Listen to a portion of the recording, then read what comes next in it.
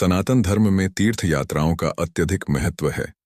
इनमें सबसे प्रमुख और पवित्र मानी जाती है चार धाम यात्रा, जो हर श्रद्धालु की आध्यात्मिक यात्रा का अनिवार्य अंग है। इन चार धामों के कपाट एक निश्चित समय पर ही खुलते और बंद होते हैं। आइए इस विषय में विस्तार से जानते हैं। चार धामों में सबसे पहले बात करते हैं बद्रीनाथ धाम की। उत्तराखंड राज्य के चमोली जिले में अलकनंदा नदी के किनारे स्थित यह धाम भगवान विष्णु को समर्पित है। इसे सृष्टि के पालनहार का पवित्र निवास माना जाता है। यह मंदिर आदिकाल से ही श्रद्धालुओं के लिए मोक्ष का द्वार माना गया है। बद्रीनाथ धाम से जुड़ी एक प्रचलित कहावत है, जो आए बद्री वो न आए उदरी। इसका अर्थ है कि जो व्यक्ति एक बार बद्रीनाथ के दर्शन कर लेता है, उसे अगले जन्म में गर्भधारण दूसरा जन्म नहीं करना पड़ता। यह संसार से मुक्ति और मोक्ष प्रदान करने वाला धाम है। बद्रीनाथ धाम के कपाट दीपावली के अगले दिन यानी शीत ऋतु में भैया दूज के दिन बंद कर दिए जाते हैं। इसके बाद अगले 6 महीनों तक मंदिर बंद रहता है और इस दौरान दीप प्रज्वलित किया जाता है। कपाट खुलने की तिथि अप्रैल और मई के बीच निर्धारित की जाती है। यह तिथि हर साल वसंत पंचमी के दिन नरेंद्रनगर राजमहल से घोषित की जाती है। उत्तर भारत में छोटी चार धाम यात्रा भी अत्यधिक लोकप्रिय है। इसमें श्रद्धालु सबसे पहले गंगोत्री और यमुनोत्री धाम पहुंचते हैं। यहां से जल भरकर वे केदारनाथ धाम जाते हैं, जहां भगवान शिव के ज्योतिर्लिंग पर जल अर्पित करते हैं। केदारनाथ के दर्शन के बाद भक्त बद्रीनाथ धाम पहुंचते हैं। यहां भगवान विष्णु के दर्शन कर वे अपनी यात्रा को पूर्ण करते हैं। यह यात्रा चारों धामों के दर्शन का पुण्य फल देती है और आध्यात्मिक उत्थान का मार्ग प्रशस्त करती है।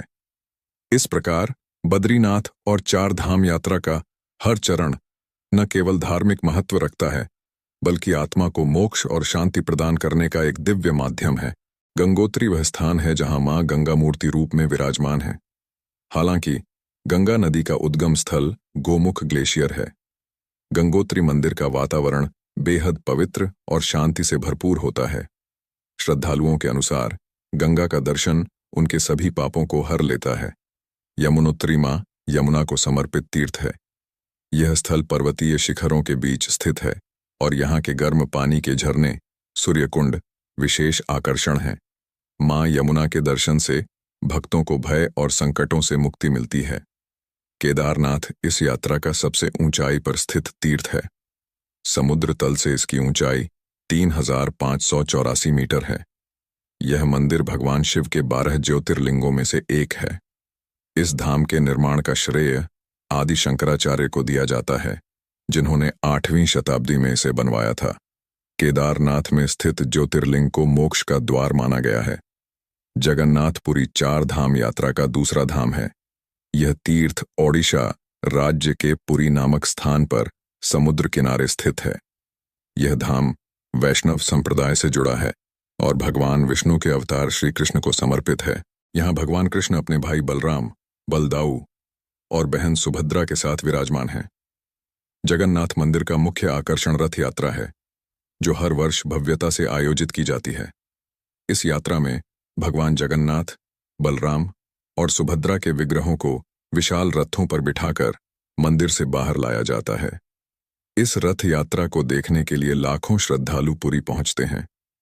इस यात्रा का हर तीर्थ मनुष्य को भौतिक जीवन से आत्मिक शांति और मोक्ष की ओर ले जाने वाला है, चाहे वह गंगा यमुना के पवित्र जल का अनुभव हो, केदारनाथ में शिव का ज्योतिर्लिंग दर्शन या जगन्नाथपुरी में कृष्ण के रथ की झलक।